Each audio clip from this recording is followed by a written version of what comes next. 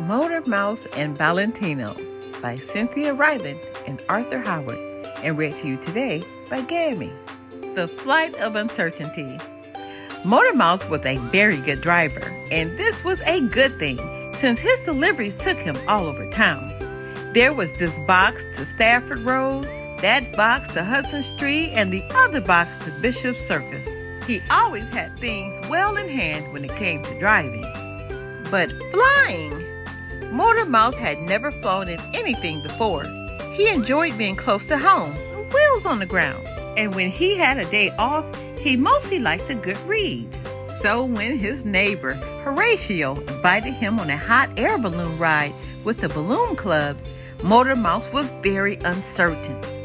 "I have never flown before," said Motor Mouse. "Oh, it's fun," said Horatio. "Quite a view." "And the landing?" asked Motor Mouse. "Barely a bump," said Horatio. Motor Mouse was still uncertain. "May I bring my brother?" asked Motor Mouse. Whenever his brother Valentino was along, Motor Mouse felt more adventurous. "Certainly," said Horatio. "We ballooners welcome everybody."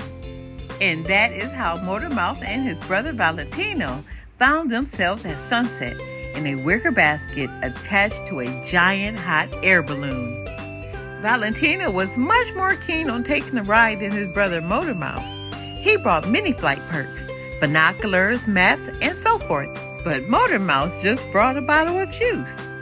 The ground crew got the balloon fired up, and off they went. And it was amazing. The sky was so quiet, thought Motor Mouse. That is, it was, until a couple of birds stopped by to talk about the weather. But after they left, quiet. The land below, beautiful. It was a short ride, as Horatio had to get home early for his mother's birthday.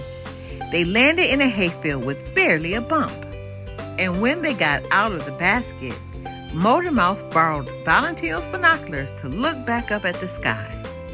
Simply beautiful. Scooter of one's own. One day, Motor Mouse said to Valentino, "I think it's time you learned how to drive a motor car." "Why?" asked Valentino. "I have a scooter."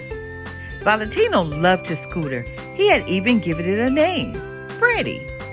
"If you learned to drive a motor car, we would take a long trip," said Motor Mouse. "We could take turns driving. We could have the world on a string." Valentino frowned. "I think that motor car company has sent you another brochure," he said. "Even so," said Motor Mouse, "wouldn't you like a motor car of your own? Something with a roof." "I have a hat," said Valentino. "Let's just give it a go," said Motor Mouse. So Valentino got behind the wheel of Motor Mouse's motor car, and he started it up. "Now just press the gas pedal and go," said Motor Mouse.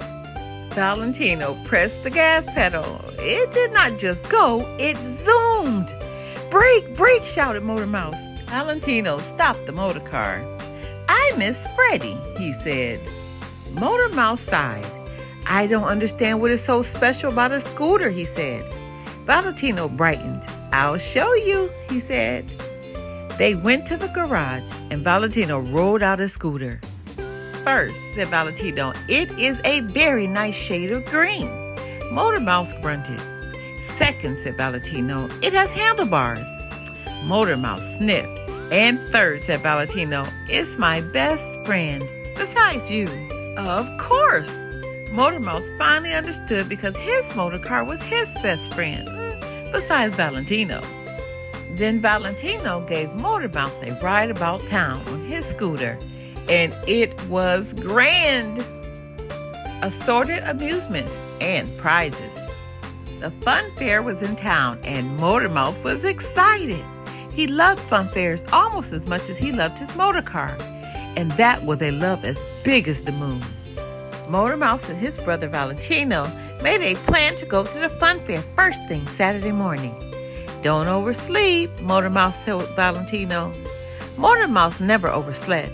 He had deliveries to make Monday through Thursday, so he was up on his toes the moment the sun came up. "I never oversleep," said Valentino. "You have been oversleeping all your life," said Motor Mouse.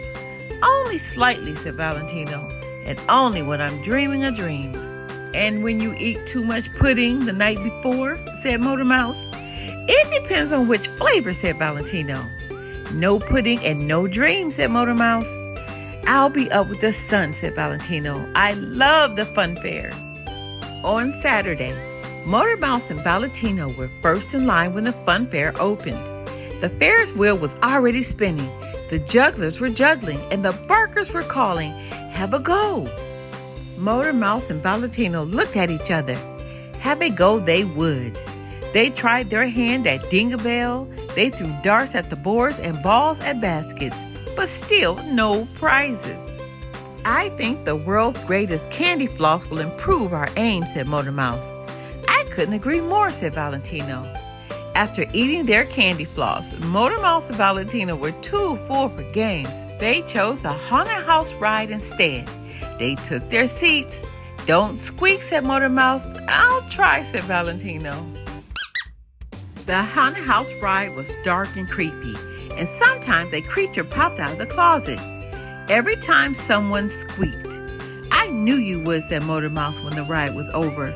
Yes, said Valentino. Now let's go again. Motor Mouse and Valentino stayed at the fun fair a long time, even after dark. Riding the Ferris wheel was best after dark. Then, before they went home, they tried Ding the Bell one more time. And they both won a prize. It was a marvelous end to a marvelous day. Indeed, life was full. The end. We have so much more to learn. Be blessed.